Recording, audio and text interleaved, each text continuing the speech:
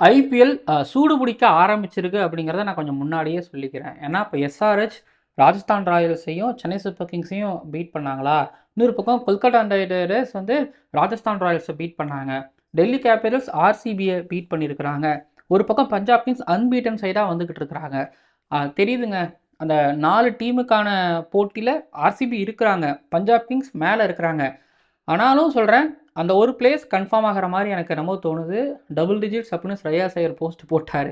So double டிஜிட்ஸில் அவங்க இருக்கிறாங்க, போயிடுவாங்க. மீதி 3 பிளேஸுக்கு இருக்குல்ல, இந்த டாப் 2க்கு எனக்கு என்னமோ ஆர்சிபி கூட வந்து ஆறாக அடிச்சுப்பாங்கன்னு தோணுது. 3 வந்து பார்த்திங்க அப்படின்னா இந்த எஸ்ஆர்ஹெச் அணி, மும்பை இந்தியன்ஸ் இன்னும் அதுக்குள்ளே வரலை. மற்ற இப்போ எஸ்ஆர்ஹெச் தான் எனக்கு எஸ்ஆர்ஹெச், டிசி இவங்கெல்லாம் அதுக்குள்ளே வருவாங்களோ அப்படிங்கிற மாதிரி எனக்கு தோணுது. அந்த 4வது பொசிஷனுக்கு தான் மற்ற டீம்ஸ் ஃபைட் பண்ணுவாங்க. கிளியராக நம்மளுக்கு இங்கே தெரியுது. இன்றைக்கி எஸ்ஆர்ஹெச்சும் டெல்லி கேபிட்டல்ஸும் ஹைதராபாத்தில் மோத போகிறாங்க. இந்த போட்டி கண்டிப்பாக ஆல்மோஸ்ட் 2 டீமுக்கும் வந்து இந்த பிளே ஆஃப்ஸ்க்கு போகிறதுக்கான ஒரு எனர்ஜி அதிகமாக கொடுக்குற மாதிரியான ஒரு போட்டியாக இருக்கும். இது ஜெயிச்சா உங்களுக்கு இன்னொரு பூஸ்ட்டை கொடுக்கும். இப்போ எஸ்ஆர்ஹெச் எடுத்துட்டிங்கன்னா உங்களுக்கு ஹேட்ரிக் விக்ட்ரி.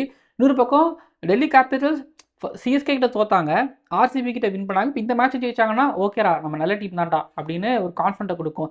ஸோ இந்த மேட்ச் கண்டிப்பாக கம்ஃபர்டபுளாக வின் பண்ணணும் அப்படிங்கிறதும் 2 பாயிண்ட்ஸ் அப்படிங்கிறது ரொம்ப முக்கியமான ஒரு மேட்சாக 2 டீமுக்கு இருக்க போது. எக்கச்சக்கமான பேட்டில்ஸ் இருக்க போது. பேட்டில்ஸ் பற்றி நான் நிறைய பேசவும் போகிறேன். சேனலுக்கு புதுசாக வந்திருக்கீங்கன்னா நீங்கள் சப்ஸ்கிரைப் பண்ணிடுங்க. அப்புறம் கண்டிப்பாக நம்ம சேனலில் நிறையா எஸ்ஆர்ஹெச் ஃபேன்ஸ் இருப்பீங்க. எஸ்ஆர்ஹெச் ஜெயிப்பாங்க அப்படின்னா ஆரஞ்சு கலர் ஹார்ட் போட்டு வின் அப்படின்னு கமெண்ட் பண்ணுங்கள். இல்லை கிரிக்கானந்தா நட்டு டெல்லியில் இருக்கிறாரு, ஹேமந்த் பந்தனி டெல்லியில் இருக்கிறாரு, ஒரு தமிழ் கிரிக்கெட் ரசிகனா நான் டெல்லி கேபிட்டல்ஸுக்கு சப்போர்ட் பண்ணுறேன் அப்படின்னா ப்ளூ கலர் ஹார்ட் போட்டு வின் அப்படின்னு கமெண்ட் பண்ணுங்கள். பார்ப்போம். ஆனால் நிறைய பேர் கமெண்ட் பண்ணுறீங்க, நம்ம வீடியோக்களில் பார்க்குறேன், சந்தோஷமாக இருக்குது. ஸோ வீடியோக்குள்ளே போமா. ஓவருக்கு 6 பால் தான், ஆனால் நோ பால் போட்டால் 7 பால் போடு. ஐபிஎல் பப்பியா ஜெனியல் லேடிஸ் அண்ட் ஜென்டில்மேன், இந்த கிரிக்கெட் தேர்தல் 2026 ஐபிஎல் 2026 ஹைதராபாத்தில் நடக்க இருக்கக்கூடிய Sunrisers Hyderabad versus Delhi Capitals மேட்சோட ப்ரீ அனாலிசிஸ் அண்ட் ப்ரிவ்யூ பார்க்க வந்துருக்கீங்க இந்த ஸ்பெஷல் கிரிக்கானந்தா ஷோவில்.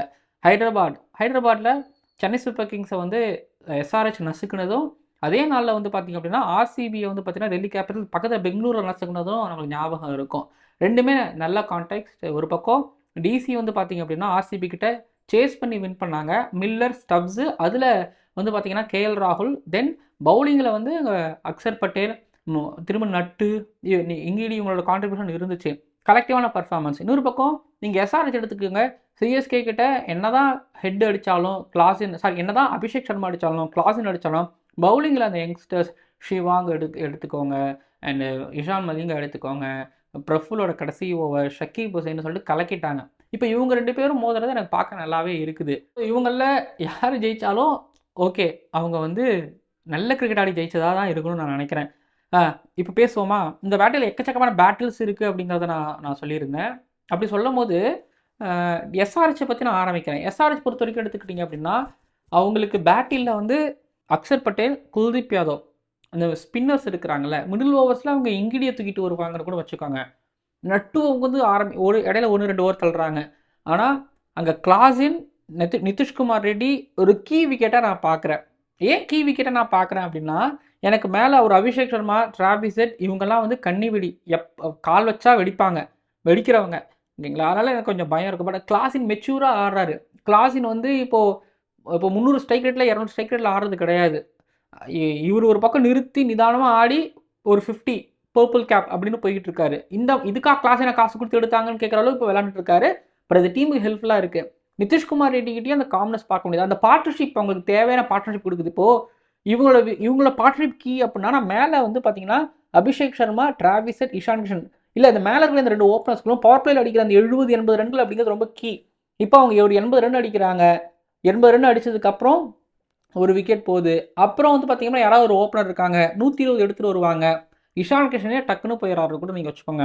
இப்போ கிளாஸின், நிதிஷ்குமார் ரெட்டி இவங்க 2 பேரும் சேர்ந்து 180 வராங்கன்னா, மிச்சம் இருக்கிறவங்கலாம் இந்த சலீல் அரோரா, அனிகேத் வர்மா இவங்கெல்லாம் சேர்ந்து இன்னொரு 20 ரன் 30 ரன் அடிக்கிறாங்கன்னா 200. இவங்களாம் தடிக்க விடுதா 200 அடிக்க முடியுது. அப்படி இருக்கிற ஒரு டீம் தான். ஆனால் ஒன்ஸ் பிடிச்சிட்டாங்கன்னா, இன்றைக்கி ஒரு புடே அப்படின்னு பிடிச்சிட்டாங்க அப்படின்னா முடிஞ்சு போச்சு. முதல் 3 விக்கெட் எவ்வளோ சீக்கிரம் எடுக்கிறாங்களோ ரொம்ப நல்லது. அதே போல் எடுத்தாச்சு அப்படின்னு இருக்க முடியாது இந்த டீமுக்கிட்ட இப்போதைக்கு. கிளாஸினும் எனக்கு நிதிஷ்குமார் ரெட்டி ஒரு நம்பிக்கையை கொடுக்குறாங்க. இப்போ உங்களுக்கு நியூ பாலில் ஸ்டார்ட் பண்ணுறது இங்கிடி, அப்புறம் முகேஷ்குமார் பவர் பிளேயில் விக்கெட் எடுக்கலன்னா நிறைய டாட் பால்ஸ் வைக்கிறாரு. அந்த டாட்ஸ் ஒரு ப்ரெஷரையும் கிரியேட் பண்ணுறதுங்கிறதையும் பார்க்க முடியுது. மிடில் ஓவர்ஸில் இப்போ அக்ஷர் பட்டேல், இப்போ விப்ராஜனிங்கம் இருந்திருந்தாருன்னா பவர் பிளேயில் ஸ்பின்னர்ஸ் எடுத்துகிட்டு வருவாங்க. ஆனால் இப்போ விப்ராஜனிங்கம் இல்லாதனால சேர்க்க முடியாது, வேறு வழி கிடையாது. ஸோ அதனால் அப்போ அக்ஷர் குல்தீப் யாதவ் மேனேஜ் பண்ணுறாங்க. டெத் ஓவரில் வந்து ஒன்றும் இல்லை, எந்த ஒரு டீமாக இருந்தாலும் இன்னும் ஒரு 3 ஓவர் இருக்குது, 180 அடிச்சிட்டாங்க, மீதி 3 ஓவரில் இன்னும் 30-40 போகலான்னு நினச்சா அது முடிய மாட்டேங்குது. ஏன்னா நட்டு, இங்கிடி, முகேஷ்குமார் வந்து 3 பேரும் நிறுத்திடுறாங்க, ஆணி அடித்த மாதிரி போடுறாங்க. அப்படிங்கிறதும் டேஞ்சர். ஸோ என்ன பண்ணணும், எஸ்ஆர்எஸ் இந்த மேட்ச் ஜெயிக்கணும்னா பவர் பிளேயில் அடிக்கணும். அடித்ததுக்கப்புறம் அக்ஷர், குல்தீப் யாதவ் பேட்டில் எப்படி இவங்க ஃபேஸ் பண்ண போகிறாங்கங்கிறது தான் மேட்ரே. சரி, அப்படியே நம்ம இன்னொரு பிளேட்டை பார்த்தோம் அப்படின்னா எஸ்ஆர்ஹெச்சோட பவுலிங், டெல்லி கேபிட்டல்ஸோட பேட்டிங். இதில் கீ என்னன்னா, நான் ஒரு பேட்டில் பார்க்க போகிறேன் அப்படின்னா, இந்த பேட்டில் தான் வெயிட் பண்ணுறேன் அப்படின்னா, இதில் வந்து அக்ஷர் பட்டேல் லோவாக இருக்கார், அதுக்கப்புறம் ரிஸ்வியும் லோவாக தான் இருக்கார். 2 மேட்சாக ஒரு 2 match player of the match award வாங்கினதுக்கப்புறம் அவர் கொஞ்சம் மாதிரி சறுக்கிறாரு. ஸ்டப்ஸு, மில்லர் ஃபினிஷ் பார்த்துருப்பீங்க. அப்புறம் இவங்க 2 பேரும் ஃபினிஷ் பார்த்துருப்பீங்களா? ஸோ அப்படிங்கும்போது வந்து பார்த்தீங்க அப்படின்னா, ஷக்கீப்போட இந்த மிடில் ஓவர் யார்க்கர் இருக்குல்ல, ஒரு யங்ஸ்டர் மிடில் ஓவர் யார்க்கர் சூப்பராக எக்ஸிக்யூட் பண்ணுறாரு. இஷான் மலிங்கா மிடில் ஓவர்ஸில் வராரு. இன்கேஸ் மில்லர் பின்னாடி வராரு, ஸ்டப்ஸு கொஞ்சம் எக்ஸ்டெண்ட் ஆகிறாரு அப்படின்னா, இப்போ ஈஷான் மலிங்கா, பிரஃபுல் இவங்களை யார்க்கர்ஸ். ஸோ இவங்களை யார்க்கர்ஸ் பார்க்கணும். மிடில் ஓவர்ஸில் வந்து பார்த்தீங்க அப்படின்னா இங்கே ஷிவாங் போகிறாரு, ஹர்ஷ் துபே வந்தாருன்னா இன்னும் அட்டகாசமாக இருக்கும். ஸோ லெஃப்ட் ரைட் காம்பினேஷன் இவங்களுக்கு இருக்குது. லெஃப்ட் ரைட் காம்பினேஷனுக்கு இந்த ஸ்பின்னர்ஸுகளை வந்து தாண்டி ஃபாஸ்ட் பாலர்ஸ்களையும் இவங்க சூப்பராக போடுறாங்க. என்ன சொல்ல வரேன் அப்படின்னா, இந்த பேட்டில்ஸில் எந்தெந்த டீம் வந்து இந்த பேட்டிலில் ஜெயிக்கிறாங்களோ தனிப்பட்ட வகையில், அந்த டீம் கண்டிப்பாக வந்து பார்த்தீங்க அப்படின்னா எஸ், அவங்க தான் ஜெயிக்க போகிறாங்க. இன்னொன்று, அந்த பேட்டிலில் வந்து பார்த்தீங்க அப்படின்னா, இப்போ ஈஷான் மலிங்கா ஸ்ரீலங்காக்காரரு, 10 நிமிஷங்காக ஸ்ரீலங்காக்காரரு, அதுக்கப்புறம் வந்து பார்த்தீங்கன்னா கிளாஸின் சவுத் ஆஃப்ரிக்காக்காரரு, அதுக்கப்புறம் வந்து பார்த்தீங்க அப்படின்னா இங்கே இங்கிடி அவரும் சவுத் ஆஃப்ரிக்காக்காரரு. ஸோ இவங்களுக்குள்ளே இருக்கிற அந்த பேட்டிலும் அங்கே நல்லாவும் இருக்கும். தென் ஏதாவதுன்னா இவங்க போய் கேப்டன்ட்டை இன்ஸ்ட்ரக்ஷன் கொடுக்கறதுக்கும் வாய்ப்புகள் இருந்துகிட்டு இருக்கு. அப்புறம் ஹைதராபாத் ஸ்ட்ரைட் பவுண்டரி சின்னது, அப்புறம் deep mid wicket extra cover ரொம்ப பெருசாக இருக்குது. ஒரு பக்கம் ஆஃப் சைடில் ரொம்ப பெருசு, இன்னும் அது அப்படியே லெக் சைடில் வரும்போது இன்னும் பெருசு. ஸோ அதுக்கேற்ற மாதிரி டாக்டிக்கலாக போடுவாங்க. இப்போ குல்தீப் யாதவ்லாம் அந்த அந்த அந்த டைமென்ஷன்ஸை யூஸ் பண்ணி போடுவார். இப்போ குல்தீப் யாதவ் அந்த டைமென்ஷன்ஸை யூஸ் பண்ணி போடுவார்.